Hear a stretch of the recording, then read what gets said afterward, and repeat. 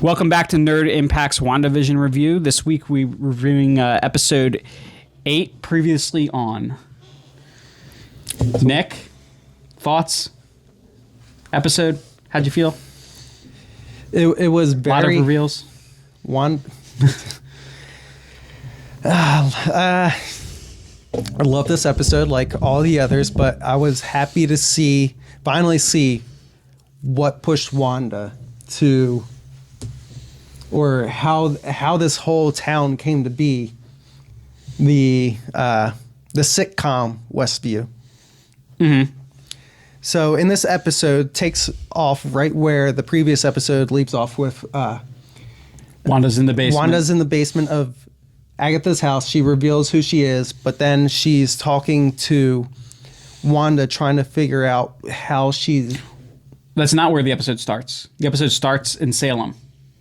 Episode starts in Salem. My bad. So we learned that previously, before these superheroes came into the MCU, there's been some type of superpower already in this world. Magic. All the way back to the 1600s. So Yeah. more specifically, magic.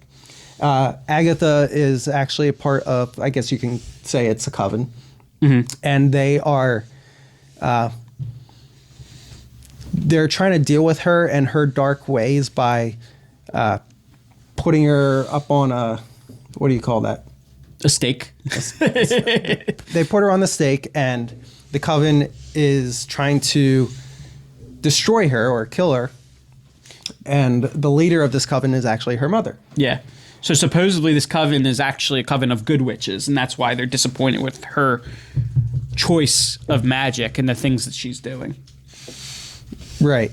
So they try to kill her off, but ultimately she ends up killing them. And to me, it looked like she was actually started to absorb their power. Yeah, because then you see them like wither away, like she took their life force and their magical powers along with it. Yeah, I mean, if they're trying to kill her and they start getting hurt, you would think that they would let go of the magic, but they...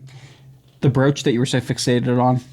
The brooch actually comes from her mother. She takes it off of her dead corpse.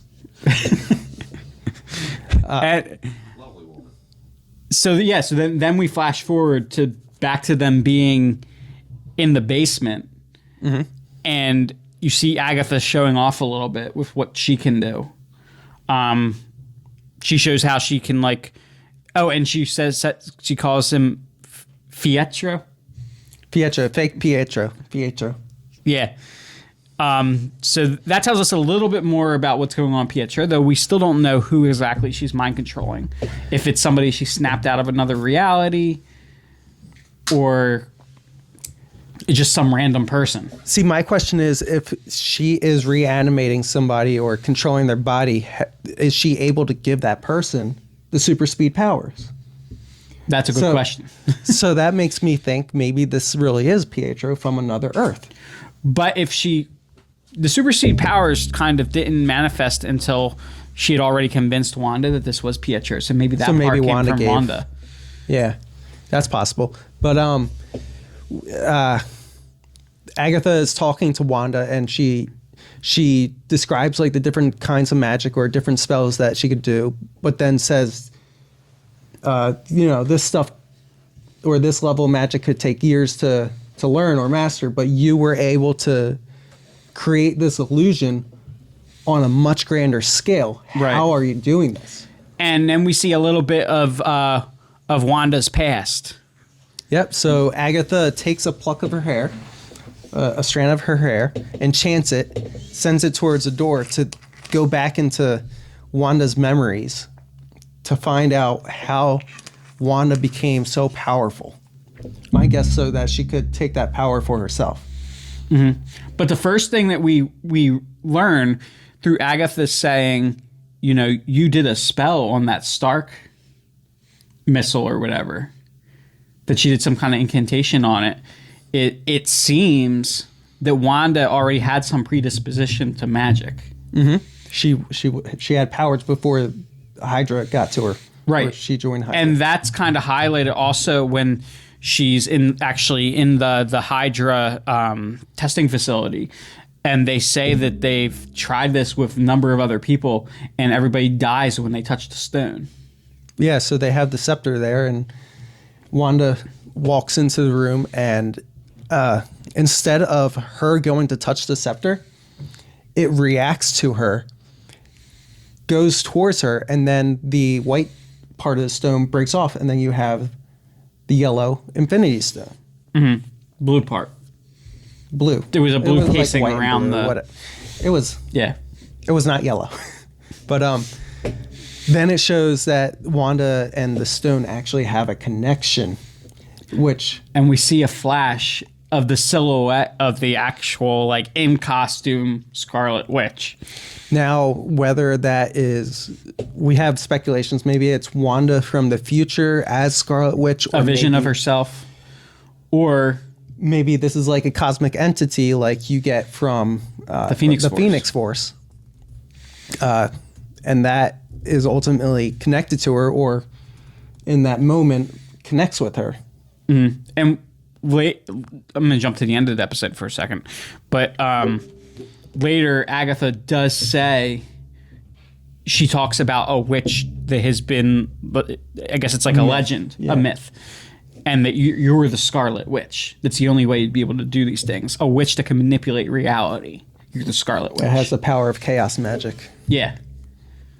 So everybody that's been saying, and I don't even understand this argument. I've heard a lot of film pundits who have talked about the Marvel movies say that they always say, well, it's not really magic. Wanda's powers come from science because they come from the Infinity Stones. And I don't understand that argument because, well, first of all, Thor tells us in his world, where he comes from in the first Thor movie, that magic and science are one and the same. Mm-hmm. And then, just to highlight that, in the first Doctor Strange movie, they tell us that that magic is basically energy that flows through reality.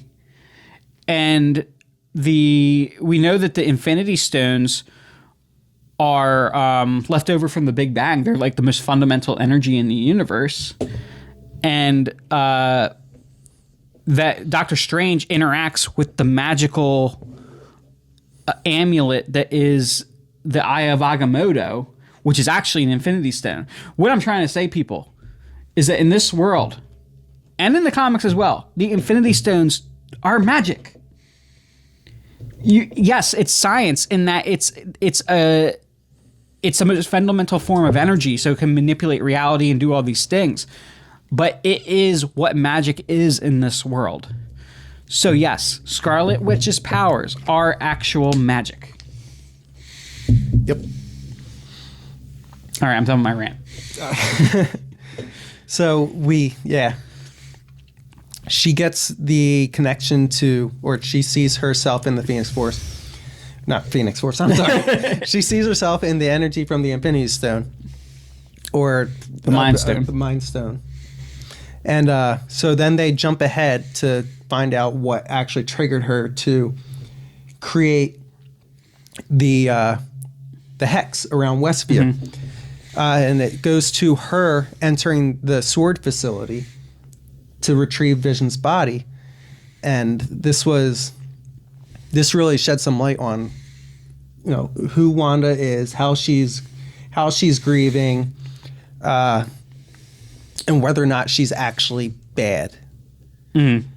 So she gets into the sword facility, and Hayward allows her in to see them with Vision's body. They're dismantling it.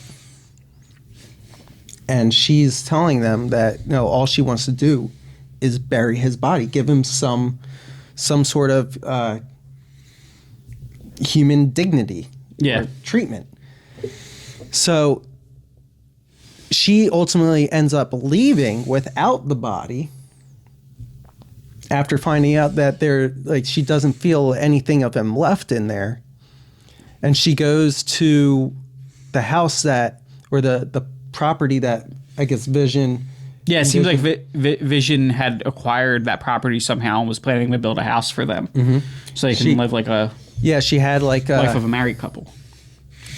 she had a paper with the property layout and And a heart drawn on the lot. two grow old together with a V period. So I'm guessing it's Vision, Yeah. more than likely. And when she finally gets there, she just explodes in agony, and her emotions is what ultimately creates this. Right. It doesn't And seem like it was on purpose. Why is it sitcoms?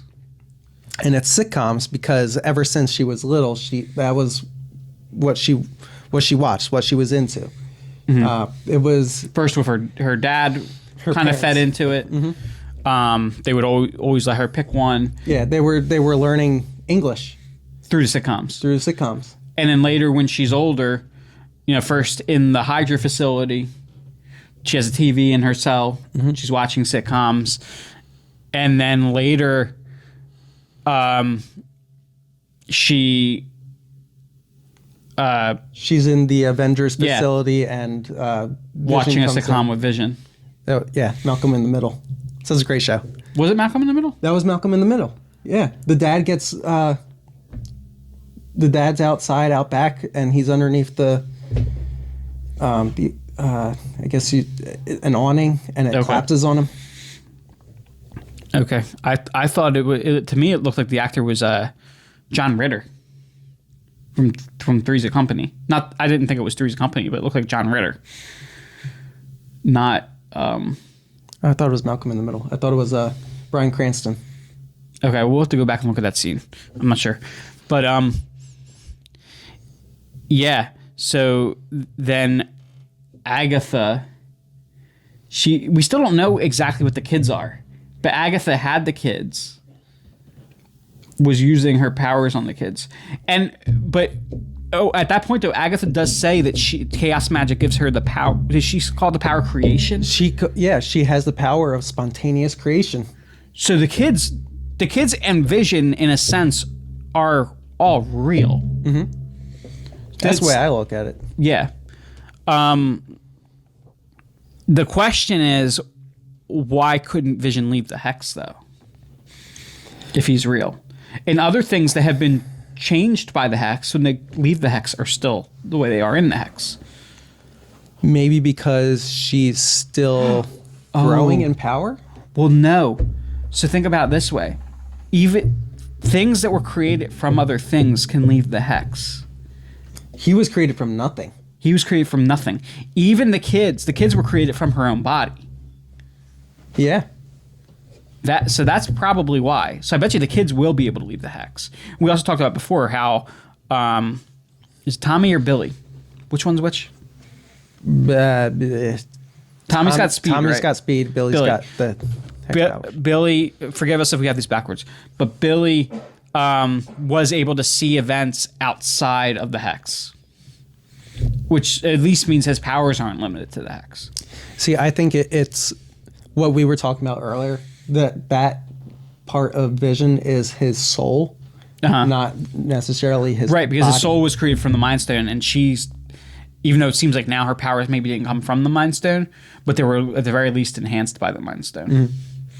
So it was created with yellow energy. When she creates him, it's like yellow energy coming out of her, like it's that portion of the Mind Stone that she had in her. But there's another version of Vision that we end up seeing in this. In the after credits scene, we get to see White Vision. So Sword was able to recreate his body and imbue, bring him to life, essentially, with the remaining energy from the drone that Wanda sent out of the hex. Oh, is that? I didn't even pick up on that part. Yeah, they said they took apart and rebuilt him like 1,000,000 times, but they couldn't find a power source. But what they really needed was power Her straight energy. from the source. Straight from the Mind Stone. So that was the leftover hex energy from the drone that they sent in. So we're probably going to see Vision versus Vision at some point. I think so. I think Well, am I saying at some point? In the next episode, we're going to see Vision versus Vision. Because the next episode is the last episode. Which is rumored to be a much longer episode. I'm hearing some people saying that it's going to be like an hour and 45 minutes or whatever. I don't know if it'll be that long, but this episode was 46 minutes, so I would imagine next episode is even going to be longer than this. So what are your speculations with this white vision? I think it's basically going to be, like we said, like Vision without a soul, just like in the comics. It's just like the AI portion of Vision. I think it's going to be that, and then I think that will be the way that Vision is able to return, because now you have the soul and the body. I think they'll be able to, or Wanda will be able to merge the two to fully bring Vision back. Right, and then when he has an actual physical body, he won't need to be in the hex anymore. So, I just think it's so cool that the way they're doing the Scarlet Witch thing, with the Scarlet Witch being like this kind of like either a myth or a cosmic being. Also, does that Vision mean at some point we're going to get to see Wanda in a costume more close to the comic costume than we've seen before? I think so, because it showed the silhouette of, Yeah, it had like the helmet. I think we're definitely going to be able to, we're definitely going to see that. So before the next episode, Nick, as we wind down here, what do you think, who do you think is most likely this cameo we keep hearing about? I think it's going to be... I think there's a good maybe chance the it's engineer. I was going to say the same thing. I think there's a good chance it's still the engineer, because I don't think Goodner was the engineer.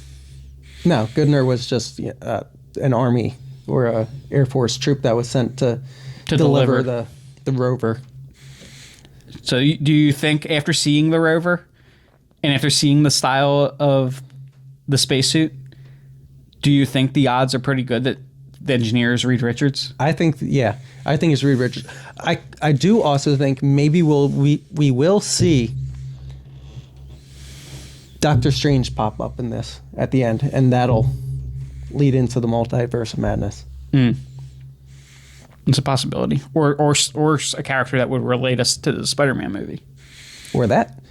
Maybe even Mephisto, even though it's already starting confirmed. to look less likely. It has been confirmed Doctor Strange will be in the Spider-Man movie, right? I'm not sure. I'm pretty sure that has been confirmed. So it would make sense that he's the connective tissue between all of these. So maybe he'll then explain some of the Nexus stuff going on here. Yeah. How because the Scarlet Witch is a Nexus being in the comics, which means that she exists consistently across all realities. You think maybe the Eat Yo magic wasn't Mephisto, like a reference to Mephisto? Maybe it was a reference to Agatha taking Wanda's magic? I think it's definitely what it is, because we saw her drain the magic out of her coven. Yeah, I just made that connection. But, yeah, guys, don't forget to keep watching WandaVision. Well, one more episode. And then we'll be going into Falcon and Winter Soldier, and then into Loki, and then I think into What If. And I thought originally it was like 2 weeks in between. Oh, it is 2 weeks in between. Yeah, because there's a week break in between Wanda and Falcon and Winter Soldier. So keep checking back here. We're going to be covering all these shows. We just also covered of Superman and Lois, so check that out as well. That'll be our DC show that we'll be doing for now until we get some other DC shows between CW and HBO. Green Lantern. Eventually, yeah, we will have a Green Lantern Corps on HBO. I'm sure we'll be covering that. But don't forget to like, comment, and subscribe on YouTube and on Facebook. And until next time, stay nerdy.